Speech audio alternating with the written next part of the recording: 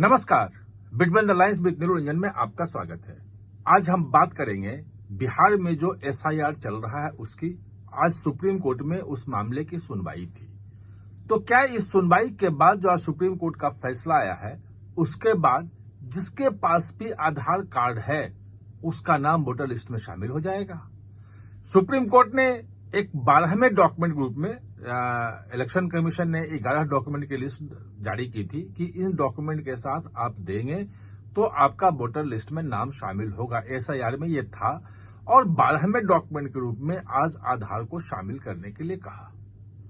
तो क्या सचमुच में ऐसा है कि जिसके पास आधार होगा, आज सुप्रीम कोर्ट ने कह दिया कि उसका नाम वोटर लिस्ट में शामिल होगा, या इसके कुछ गहरे अर्थ हैं?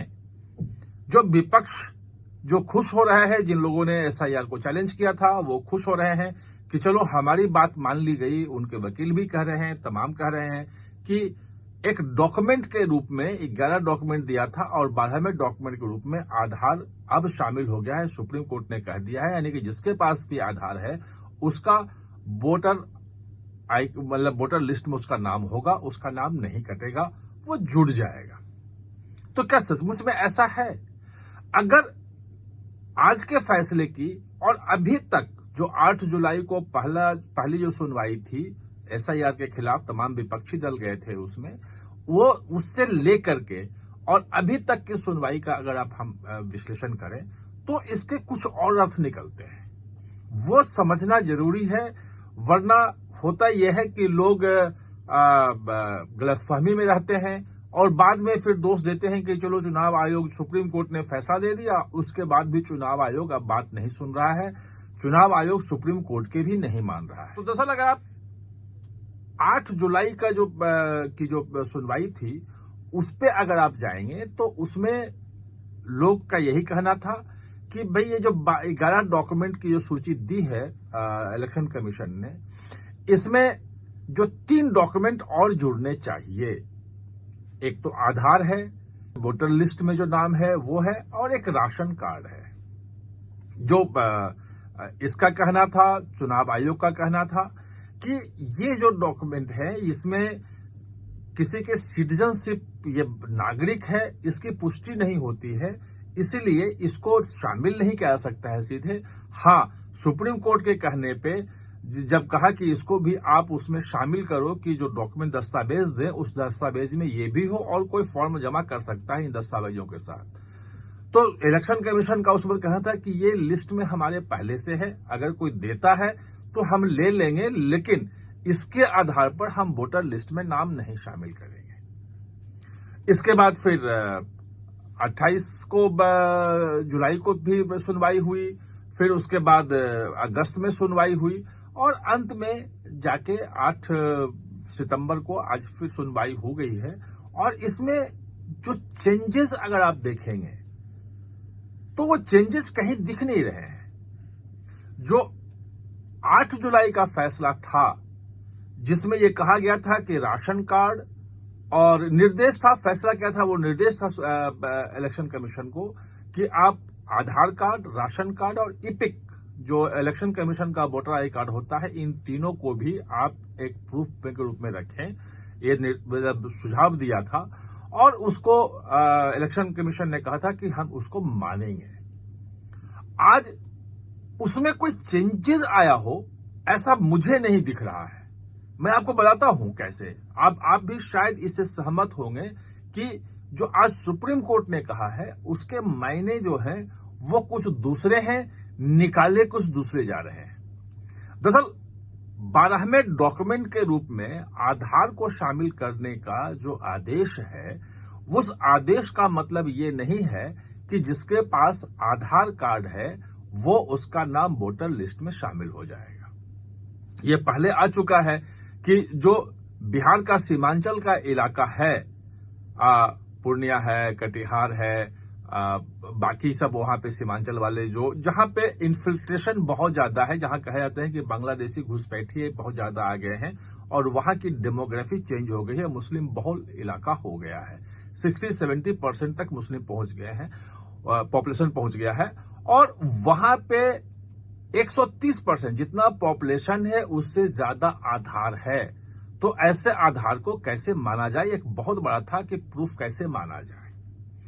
आज जो सुप्रीम कोर्ट ने कहा है वो साफ साफ कह दिया कि जो 1 सितंबर को सुनवाई होगी उस दिन भी यही इसी बात को लेके गए थे कि टाइम बढ़ाया जाए, आधार को दिया जाए। तो उस दिन भी सुप्रीम कोर्ट में मैंने पूरा वीडियो आपको बनाया था कि सुप्रीम कोर्ट ने साफ साफ कहा था कि आधार जो है वो 2018 में जो 3 जजेस की बेंच का जो फैसला था उस फैसले को वो नहीं बदल सकते हैं। 2 जो जज का बेंच है वो चेंज नहीं कर सकता है।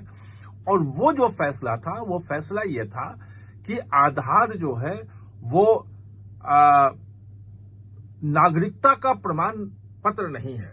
नागरिक वो जिसके पास आधार है वो भारत का नागरिक है, ये नहीं है।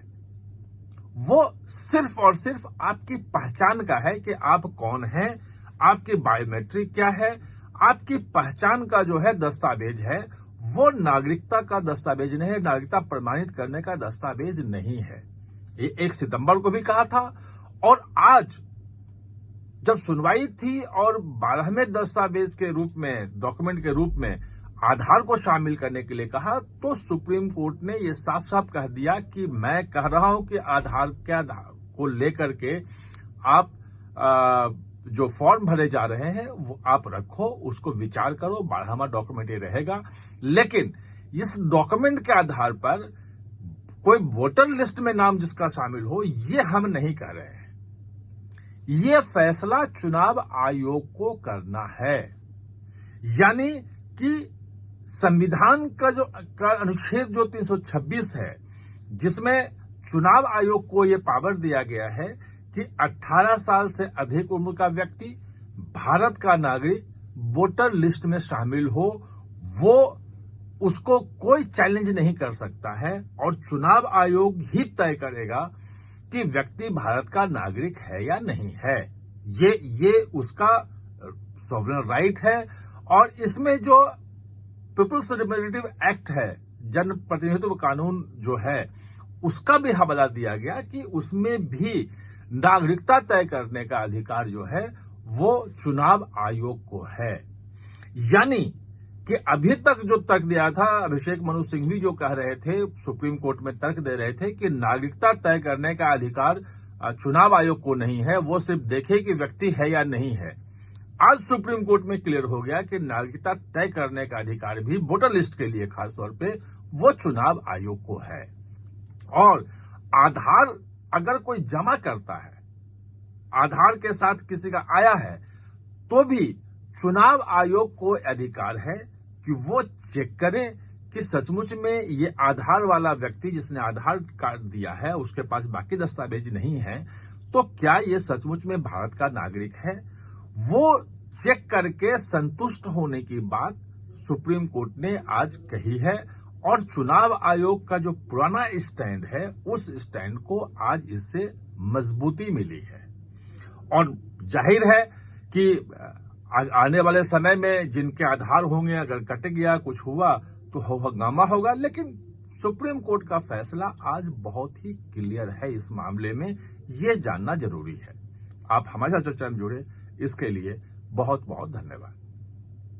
और हाँ, चैनल को सब्सक्राइब करना ना भूलें, इसका बेल आइकन दबाएं ताकि नया वीडियो कोई भी आए तो उसका नोटिफिकेशन समय पे आपको मिल जाए।